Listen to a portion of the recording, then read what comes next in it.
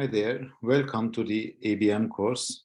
Today's topic is acquiring the evidence. First, let me remind you about our last session. Last time, beyond other things, we discussed the hierarchy of competence.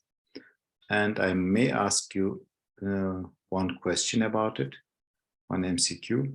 According to the above hierarchy of competence, you see this pyramid model, which of the following is the level where the person has no perceived need to learn?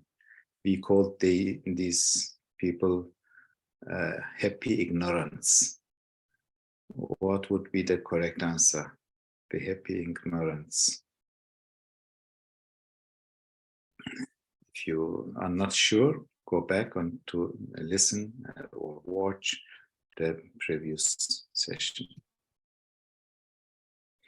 Today's objectives are, in this presentation, I aim to introduce evidence-based methods of acquiring the evidence to answer clinical questions, and my specific learning objectives are to be able to discuss the accumulation of new medical knowledge, the speed of new medical information accumulating, then explain the 5 A's of EBM, the structure of this course, and discuss the sources of evidence. We will come to know this EBM 5.0, 5.0, and finally describe the standards used in